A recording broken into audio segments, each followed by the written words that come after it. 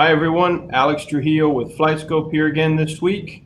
I got our CEO and founder Henry Johnson, and this week we want to talk a little history of FlightScope. Henry, how you doing, sir? I'm great. How are you? Doing wonderful. Glad to be back. So Excellent. we last week we covered you and Tyler covered a little bit about the history. I'm gonna basically let you take over, give everyone the history class, and then at the end I'll take some questions. So the floor is yours, sir. All right, so we'll do that. Let me just see if I can get the right screen share here. Yep, I'm gonna do that. So just tell me when the screen share is active. Perfect. So can everybody see that? Okay. All right, so when we started the company in 1989, I started it man alone, literally, and was young, inexperienced, had no money, and had a dream. And so started out in Stellenbosch, South Africa, on the 1st of April, 1989. And it was possibly not the best selection of the date, but it just so happened. The presentation that we have here for you today will just show a few highlights in terms of the timeline. And you're most welcome to ask questions. I can keep you busy for many hours talking about the history, but we'll keep it simple. And in this case, that's the building that you see there. That was our first building that we had an assembly line, some offices, a lab, and such, and where we started doing defense work with muzzle velocity radars. Speaking of which, 2 years later, you'll see there on the right-hand side of this big gun, it's 155 millimeter, what's called G5 in South Africa. You'll see a white box, it's a radar on a tripod. And we measured anything that flew from a gun. This projectile actually had a lot of thrust. It had a base bleed motor in, and it could go 42 kilometers, which was pretty impressive. So when that gun fired, you need to get out of the way. So just for interest's sake, one of our engineers, Bob, is standing there to the right-hand side. Now if you had to stand there and the gun had to fire, you would be killed immediately because of the back blast. It forms lobes of sound pressure, and that will instantaneously kill you. So the big concrete building at the back there is a bunker where all the instrumentation and stuff would be. This is a test range up in the middle of the country, somewhat like Yuma, called Alcan Fun. And we had a lot of interesting times there. I'm going to just play you a very short clip.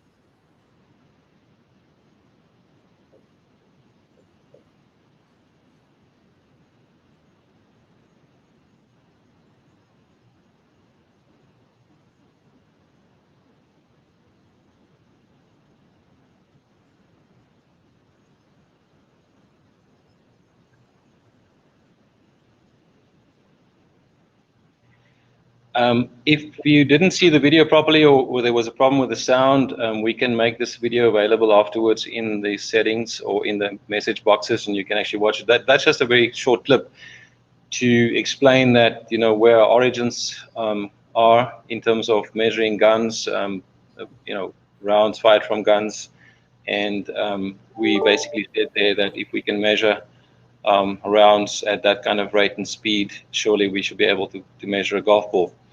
And that was the whole premise for our take into golf. But before golf, we actually went into cricket. That was our first transition from defense work into sport. And on a cricket field, you're typically about 180 feet, 150 to 180 feet away from the pitch, and people are bowling from both sides. And we made the first automated bowling speed system in 1995. And this was kind of what put us on the map in the sport world That led, onto other things like tennis. Then in 1997, this was one of our small military or defense radars that we used to capture a golf ball. This was at the Stellenbosch Golf Club. This was the very first day that we actually made measurements from a golfer, and we didn't really know what we were going to do with the data yet and what we were going to measure. We just basically looked at everything and said, okay, so what next? But in 1997, that was our first prototype that had 2 stakes of stainless steel, which you just basically stuck into the grass, and we took some measurements and kind of figured out from there what we were going to do. At the same time, we were also doing other projects. We did something called WISCAM, which is an image processing system that could do about 3,500 inspections per minute, typically on production lines for bottle tops, cans, and so on, looking for defects and then automatically kick them off the line, like the second image they are showing. Very successful product. We made these systems from scratch, basically buying the chips, the camera, CCDs, CMOS elements, and we basically made everything from scratch. That gave us a lot of capability in terms of image processing and also complementing our signal processing, which we use in radar. This was our very first prototype then that we took out, and you can see there we spoke about air distance, which was quite funny. The term carry distance did not even exist at the time.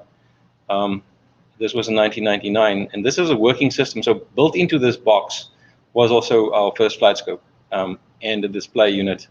We had this at the NAL's Invitational at Fancourt for 2 years in a row, and just recording some data, seeing what people wanted. So there was, the ball speed, club speed, and basically carry distance at the time. In the year 2000, we were contracted to then make a unit for About Golf for this indoor simulator. And this is what we call the FlightScope T-Box. It went behind the screen. It was pretty neat. And it could actually even measure putts and chips. And I think it put About Golf onto the map at the time. And I think for the next 7 years, they did good business with us until our paths separated. But anyway, that was a really successful product, and it was sold in thousands. In the year 2001, we did a new technology for tennis serve speed. And here you can see Stephen Parry, who basically started our tennis division, which we teamed up at the time with. This was at Stella Artois, the Queen's tournament in London in June 2001. And this was the first time that we provided speed from a serve that was accurate, because I don't think many people know, but the Doppler speed guns that they are using and still using at tournaments today can only see speed directly towards it and directly away from it. It doesn't have any clue about direction. Therefore, it gives you apparent speed. So if you go with a serve out wide, firstly, it goes down and it goes left or right. It's not directly towards or away from the speed guns, and they can be out on the speed out wide by something like 25 kilometers per hour, depending on when they start measuring. So people that didn't really care about that, but we got this radar certified by ITF, International Tennis Federation, for accuracy, and they at the time used all kinds of fancy equipment to qualify it, and we know that today this is still the only qualified speed serve system for tennis. So the FlightScope tennis racket radar. This was then in 2001 a demonstration at the Belfry in London, or in the UK rather, where we had, this was our prototype for first outdoor system, and we kind of envisaged that maybe we make a display system like that. And it was all connected in prototype phase, but it worked really well. We also demonstrated this at the World of Golf south of London in December. We demonstrated this in 2001 October to the PGA Tour, Donna Oriander and about 11 other people, and they were all very excited about it. And in January of 2002, I got a call from a famous golf course, or actually golf range operator, Carson Ellis, and his partner, Morten Eldrup Jorgensen, and they came to visit South Africa, Stellenbosch, for a week. We couldn't get a deal. They wanted to have all the rights to our FlightScope worldwide, and we could never touch golf again. They went away with all the information, went to Weibel Scientific in Denmark, and 2 years later, TrackMan came out with the radar. Anyway, so this is another little video and of the system as it was used at the Arendvale Golf Club. Video is a little pixelated, but you'll get an idea. Beautiful place. I lived there for 10 years.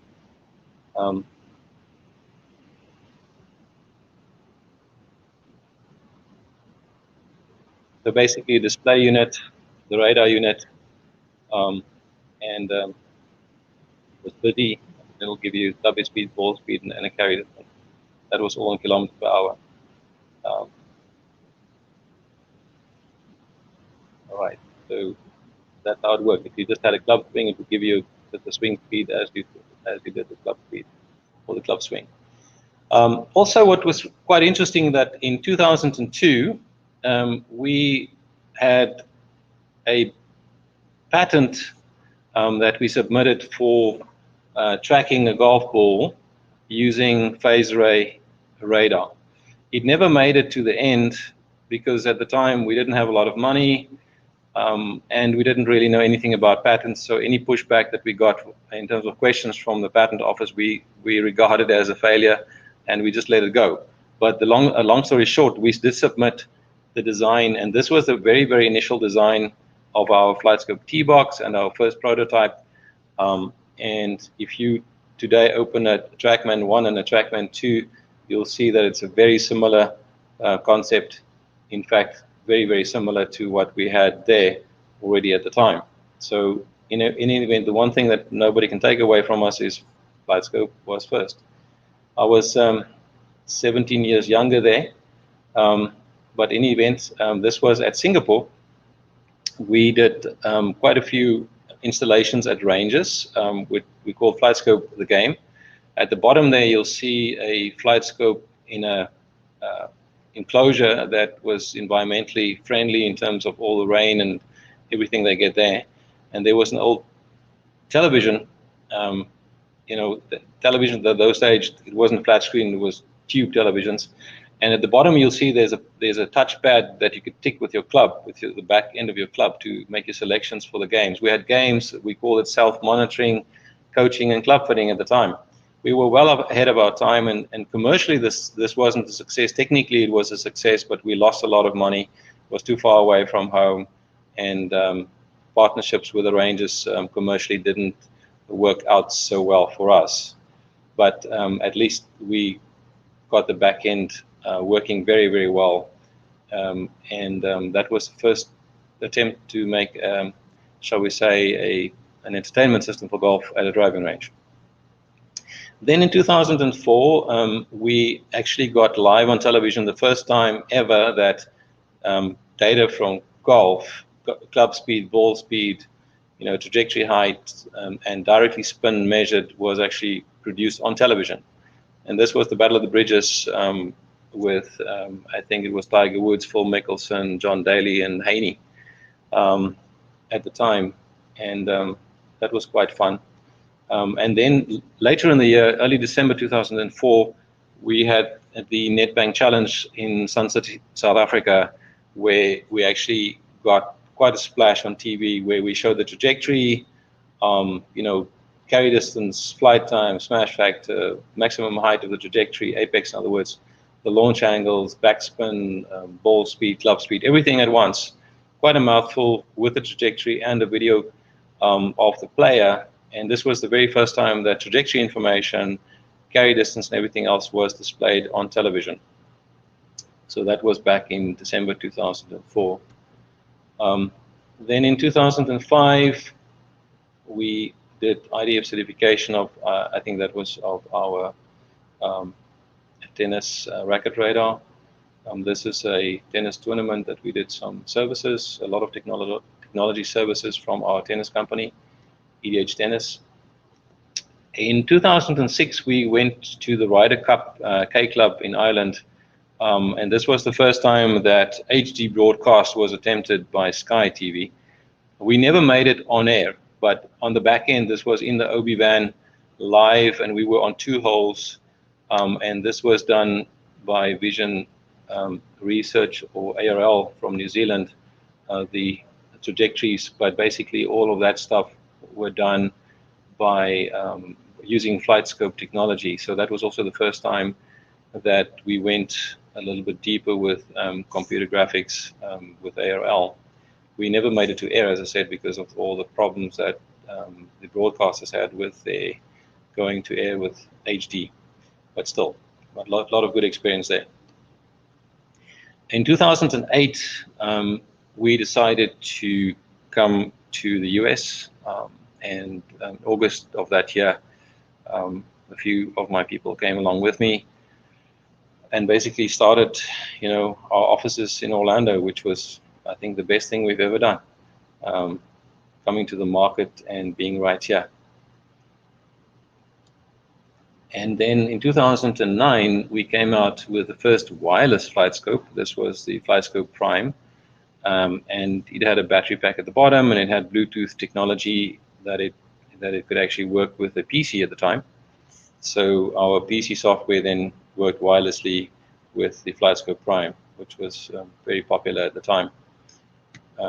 Then, of course, we went a little ahead of our time then with an iPad with 3D animations and the FlightScope X2. Very, very successful product. First wireless Wi-Fi system with an iPad or anything like any tablet. It was first iOS, and then we went to Android. And that was a huge success. In 2014, we made it more portable. We came out with the XI series, and we also brought out the FlightScope Skill software, which is still in use today. 2015, we opened offices in Yokohama in Japan, at Hilltop driving range, and that's still growing. In 2015, we were the first to bring out a single radar for the tracing that you see on TV today, and that other people have really taken over. We got out of it just commercially; it didn't work out for us. But basically, FlightScope locked with a television camera, one unit covering the entirety. In the past, both our competitors, TrackMan and ourselves, were using 3 systems, and in 2015, we proved that it could be done with one, very successfully so.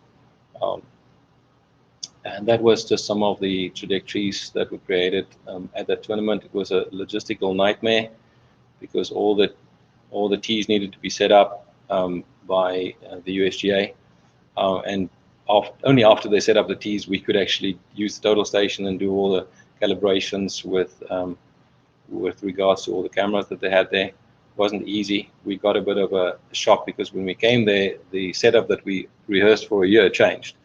Fox decided to use instrumented cameras that were about sometimes 90, 100 feet away from our system, and the coordination and the, shall we say, mathematical tricks that we had to pull to get everything synchronized was beyond difficult, and we had to do this for 6 tees every morning before the tournament started, and it was a nightmare. Just with the golf carts and the number of people, oh my goodness, it was a nightmare.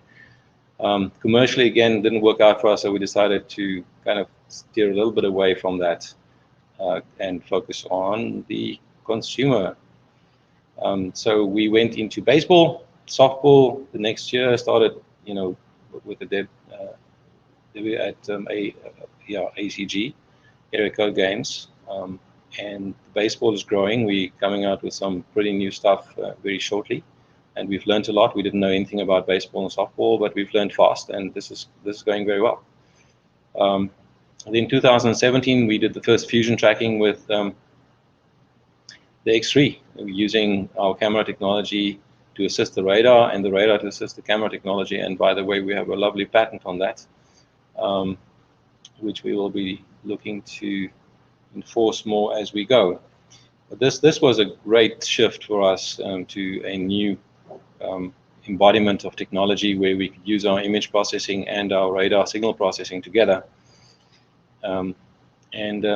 First time that we could really do, putts indoors, outdoors, get some more data.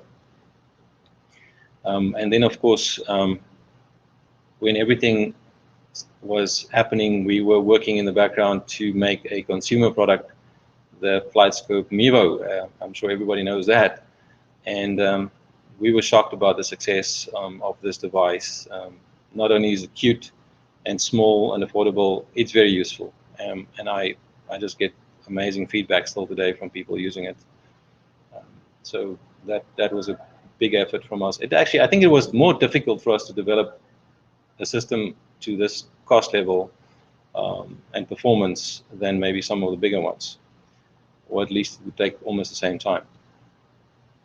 Then, as a result of working with Bryson and me walking with him, at several tournaments and discussing some of the needs, we came out with something called the Environmental Optimizer, which you'll find in what's called the VX app, where you can play what-if games. If the air pressure changes, air temperature, relative humidity, the landing height, if that changes, your wind speed, wind direction, and what's the effect of every one of those all combined on your ball flight. And we did a lot of testing. We built our own ball cannon, did a lot of ball testing in different conditions, and did all the physics to separate these elements so that one could understand cause and effect. And that has given us a huge tool for planning. And people like Bryson, even Bobber Watson, they use this to plan for tournaments in advance, because these days you can watch the weather in advance and you can actually get literally the weather on an hourly basis for 4 days in advance, which can give you the capability to plan for every club in your bag. Alex, you must just say if there's any question or anything that I'm missing, please interrupt me. I'm just letting you go, sir. I got questions for you at the end. Right. And then the latest of the family, FlightScope Mevo Plus, this year. I mean, amazing. I mean, I was shocked myself to experience the I would say, entire user experience, the capability, the performance. I carry one on my golf bag. And I played in a scratch game on Saturday at Orange Tree, one of the most difficult courses I've ever played, by the way, here in Orlando. And I've got it hooked on my bag with my laser rangefinders there, and my Mevo Plus is also hooked on my golf bag. And I played with Felton Meyer, a professional from Germany. And first thing he saw was the Mevo Plus, and of course the first question was, when can I get one? It's like, yeah. That's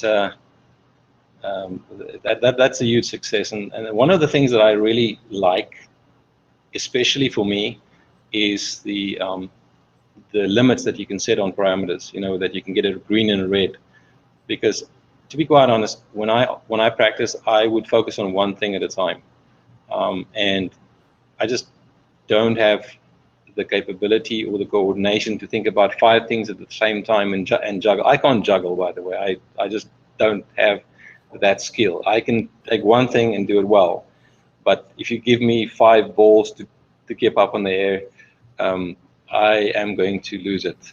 So I need to focus on one thing at a time, and this is where the margins work really, really well for me personally. And then, of course, the fact that you can play a golf game. Yeah, it comes out of the box with golf games from E6, which is brilliant. So I love that.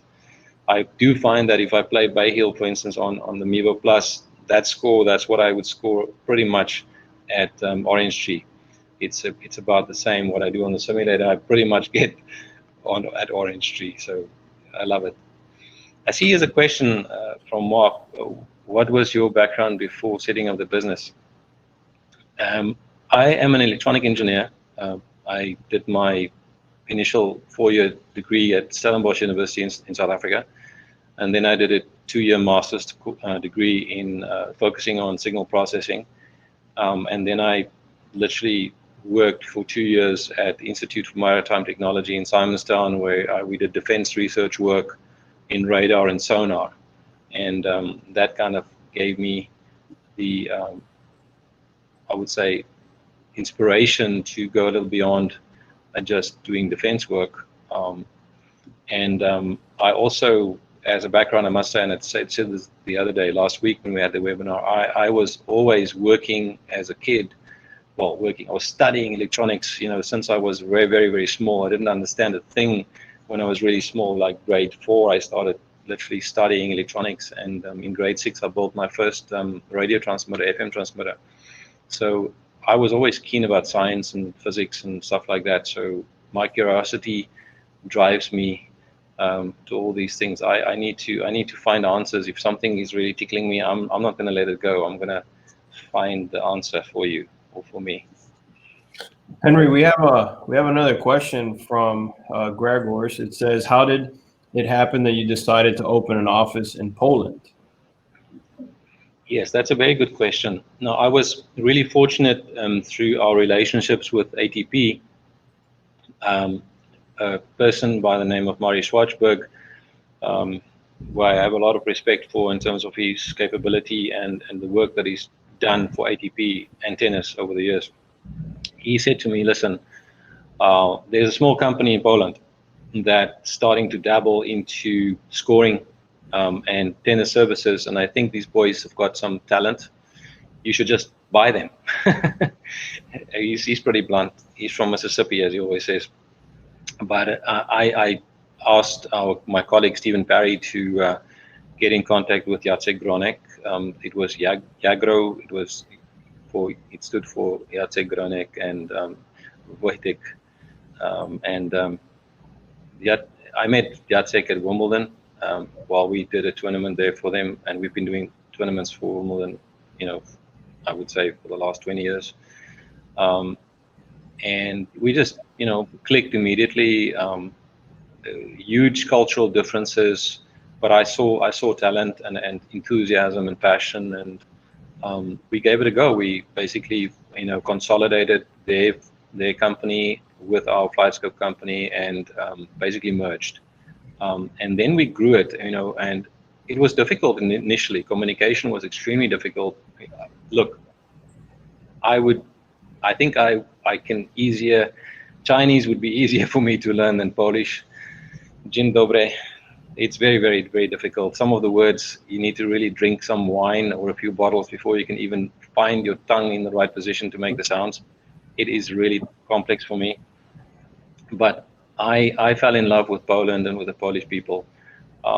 It's been fantastic. It's been a journey. Not always easy. Nothing is easy that's successful. You need to grind it out. It's like family. You need to work at your relationship.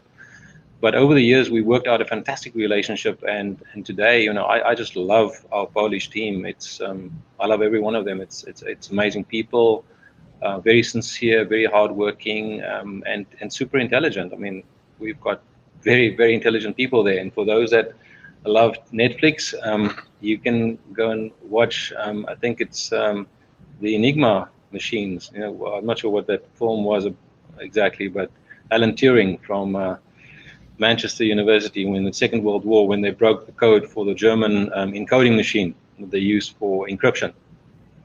Yes, Alan Turing and he led the team, but I think the biggest portion of the mathematicians came from Poland. So they have clearly a lot of talent. They've proven it over the years. So we discovered that talent, and it's been fantastic in terms of the results. Today we've groomed that company in terms of policies, procedures, and that kind of stuff to just give it a bit of a system behind it. But it's been really a fantastic journey, and as I said, it couldn't have been better timing. So we took what we had from a tennis company to a new level through commitment and passion, and a lot of, I would say, young, enthusiastic engineers, scientists, programmers, and others, and it was a great decision. Yeah, and I can say from my side, I spend a lot of my day talking to the Polish team. So it's always been great to work with them, and they're really good at what they do. So thank you, Polish Absolutely. team. And then I just want to say that my other colleague Stephen Parry, when I met Stephen the first time, he called me and he said to me, "Can you make a tennis serve speed system?" That was the first question. Like, yes, I can, but why would I? You see surf speed all the time. And he said, yes, but it's not accurate. And I said, how so? And that's how the conversation started. So he saw our cricket system somewhere in the UK at tournaments, and he reckoned, well, if we can do this, then maybe we can do something for tennis. And Stephen, look, I'm a nerd. And my daughter always tells me, Dad, you are an absolute nerd. And she's right, I am. And I thoroughly enjoy it. Stephen is also, well, I think he's a super nerd. So I say with the greatest of respect and love for him as well as a human being. I think he's a fantastic person, but he is weird like me. I think he might top it a little bit in some cases, but he's brilliant, and he did brilliant work even before we met. He did in the old days. He did a cricket scoring system where you literally could phone in, and it was a telephone modem, and you could get cricket scores and all that kind of stuff. So he was doing a lot of stuff even before we met up, and whatever we did together, we took to a next level with our Polish team. So we have another question. I'm sorry about the name Tamsin. Sorry if I messed that up, but the question is, this history tells us a story to 2020. What will we be discussing in 2030 about the next 10 years? All right, so now you've just stepped right into my thing, which is I'm always working on new things.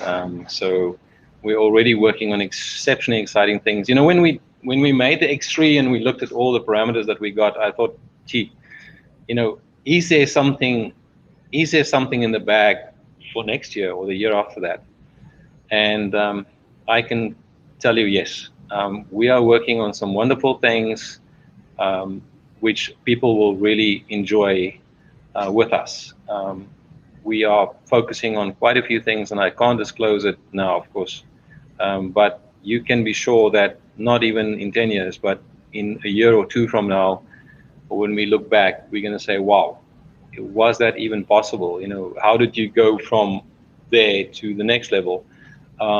It's not obvious. Nothing is obvious. But if you pay close attention and you want to find a way, you'll find a way. There's always a way forward. And whether it's about user experience or actionable statistics that make a difference to an athlete, or whether it's just about accuracy, all of those can be improved. You know, there's nothing that cannot be improved. Even if it's the price, you know, we are always working very hard to make our pricing structure relevant to the market. It's something that we pride ourselves with, is the fact that we really put effort in to make our products relevant to the market. And it's not necessary for products to be, you know, $25,000 or stuff like that. It's really not necessary. It can be done cheaper, more cost effective, if you put your mind to it. And so we'll always be pushing forward. So yeah, the question, I can just say, just watch the space, stay tuned. We're going to have some interesting stuff coming out. Technology is forever changing, and just as you think that you've reached the ceiling, then you see the next, shall we say, universe of possibilities. Awesome. Yeah, and from my side, it's been really good that FlightScope is around, because I've been around for quite some time now too with FlightScope. So thank you, Henry, for coming to the U.S. and giving us all here an opportunity to grow with you. So it's exciting every day coming to work and knowing that something new is on the horizon. So I just have something. Is 1 second.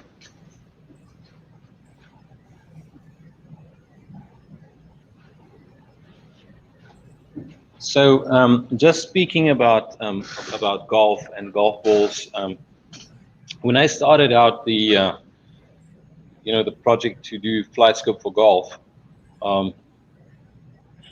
I was contacted by a gentleman from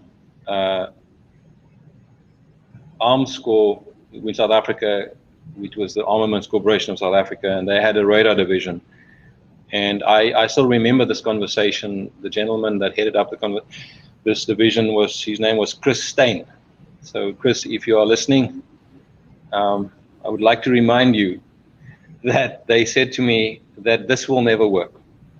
And I said, why? And they said, well, clearly, this is not a projectile, this is a piece of plastic. The radar sees right through the plastic. How can you measure that? So, good point. The radar, by the way, does see through the ball as well, but it also gets a reflection from the ball. An interesting thing about this technology, so if people didn't know, if you took a BB gun, pellet gun, we call it a pellet gun, BB gun, and you don't put a bullet in it, okay, you just take the air and you fire it. Maybe in another webinar, I'll show you some signals. We can see the pressure wave. We can measure the pressure wave that's created by a BB gun. It's just compressed air that propagates. And the fact that there's a difference in the density of air that is moving, we can measure that. So yeah, the radar also sees through the air, of course, but you do get reflection back from anything. And that's why we don't really call it a radar. And I think I mentioned this the other day to some other people here. It's more a field disturbance sensor. So we create a very small, electromagnetic field, low intensity. For small, it's big, but it's low intensity. It's not dangerous. And any disturbance in the electromagnetic field, we can pick up. And if it moves, we measure it, and then we have angles and speed and distance to that particular disturbance. Now, here's a golf ball.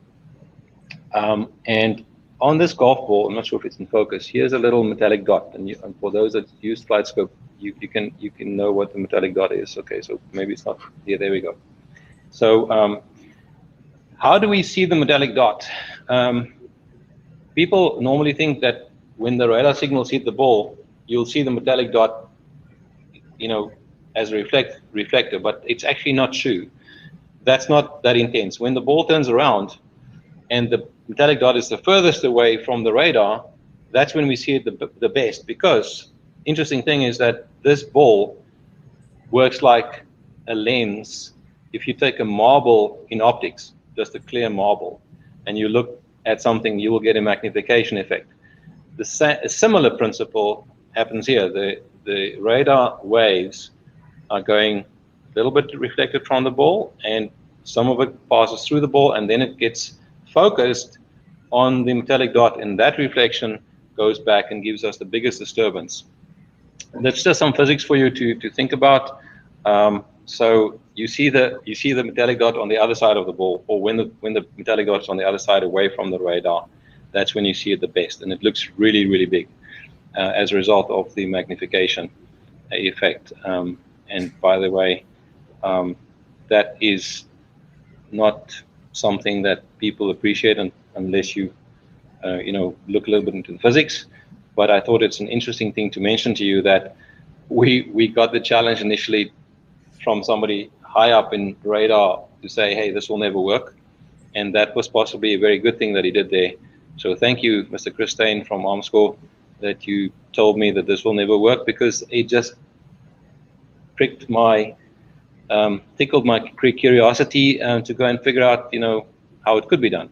So I'm very thankful then for that challenge. We have another question from Hendrik. It asks, where do you see golf is going with radar technology? Is there a better technology? We've already identified all along that that fusion between different technologies is the way to go. We've said this all along. That's why we came out with the X3 initially. So we realized that you can't use a hammer for everything. It works for certain things, and if it doesn't work, maybe you haven't hit hard enough. But it doesn't really apply for all things. So I would say that fusion of technologies, that is the future, and that is exactly what we are doing now. That's what we're working on. So We are going to embroider that to the nth degree. The thing is, what do you want to achieve? We can use a bunch of technologies, but at the end of the day, it needs to be actionable. It needs to make a difference to the user. It needs to improve an athlete. It needs to make money for certain other people, and you have to have fun with it. So we don't adopt a technology just because. We will adopt the technologies that will make a difference for a particular purpose. But yes, it's definitely the fusion of technologies and not only radar. But what I can tell you is that we haven't even hit the ceiling yet with radar. What I'm working on now with my team will blow you guys away when we start releasing it. It's just the one thing leads to the next. Our radar technology is actually capable of much more than we even thought is possible, but it will always be a foundation, but it won't be the only thing.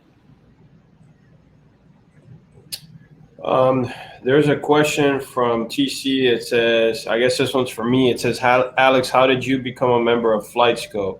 So I had just gotten out of the service. I was in the U.S. Army, and I attended a golf college here in Orlando called Professional Golfers Career College.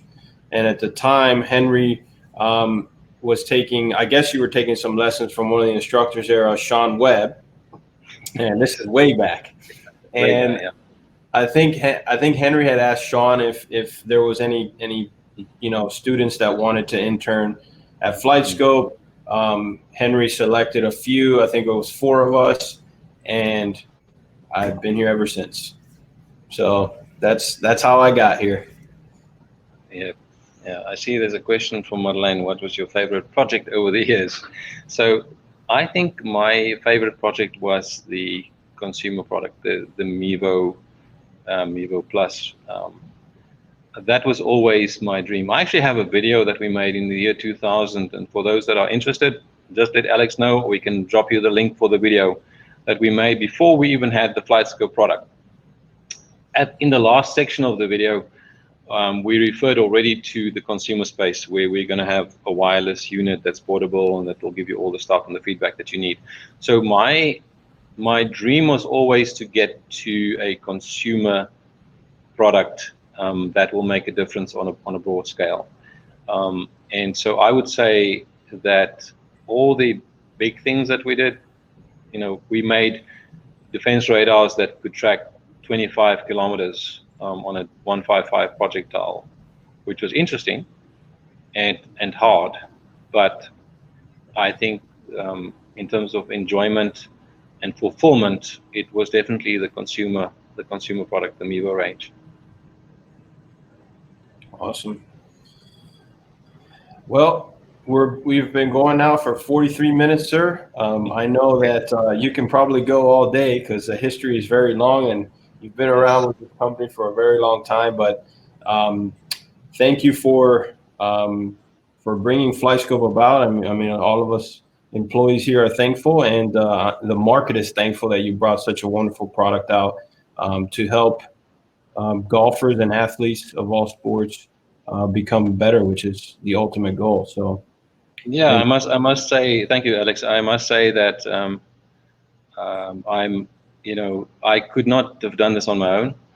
So everyone in the company makes a difference, and of course it helps if we share our passions. And I also want to just give a special word of thanks to the people that have stuck it out.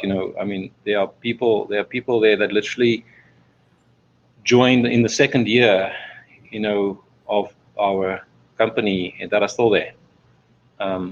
I would say that back in South Africa, most people are there beyond 10 years. So there's a big loyalty, and I appreciate that. I really appreciate that.